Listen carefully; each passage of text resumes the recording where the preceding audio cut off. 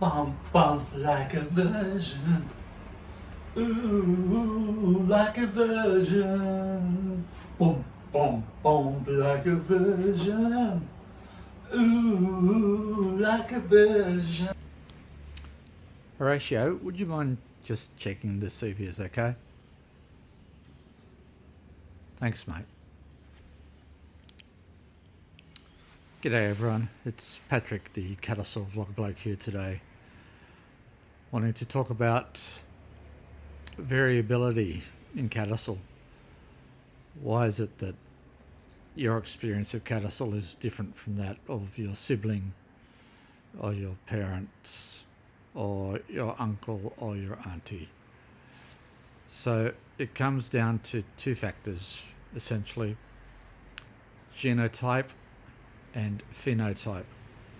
Now, to give you an explanation of what both of those are, I'm going to read directly here from the highly regarded Garvan Institute of Medical Research based here in Sydney in Australia. So a genotype is the unique sequence of DNA that a person possesses. More specifically, it refers to the two alleles a person has inherited for a particular gene. So, as you probably know, I'm sure you do, you get 50% of genes from your mother and 50% from your father. Now, phenotype is the detectable expression of the genotype, in other words, how patients presenting clinically.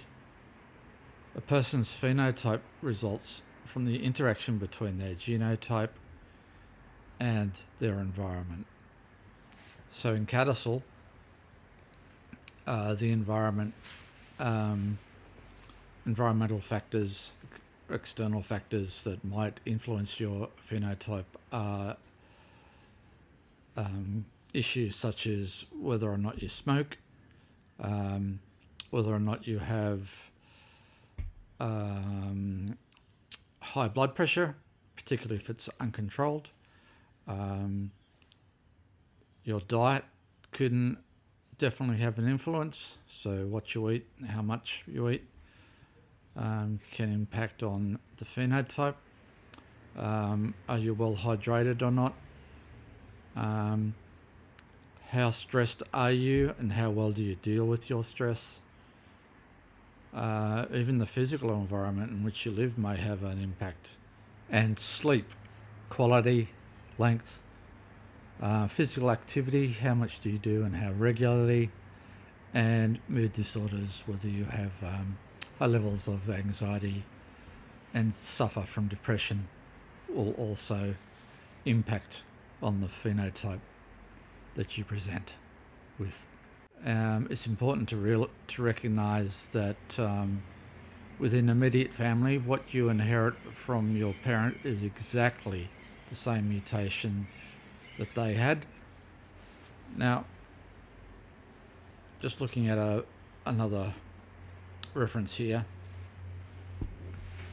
a paper done by Dr. Julie Rutten from Leiden University and a bunch of other researchers into CADASIL make the following statement, and I'll link to the paper in the comments below. So the conclusion of their paper, which looks at the importance of exactly where your Notch 3 variant position is that Notch 3 pathogenic variant position is the most important determinant of CADASIL disease severity. Patients who have a pathogenic variant between EGFR 1 to 6, and EGFR stands for epidermal growth factor like repeat. If you fall into that range, generally you have a 12-year earlier onset of stroke. You also have lower survival and higher white matter hyperintensity volumes. Among diagnosed CADASIL patients, I emphasize diagnosed, 70% of those CADASIL patients have a range between 1 and 6, whereas the remaining 70 to 34 have a much milder phenotype. Okay, thanks for listening and watching. Love and peace to all. See you next time.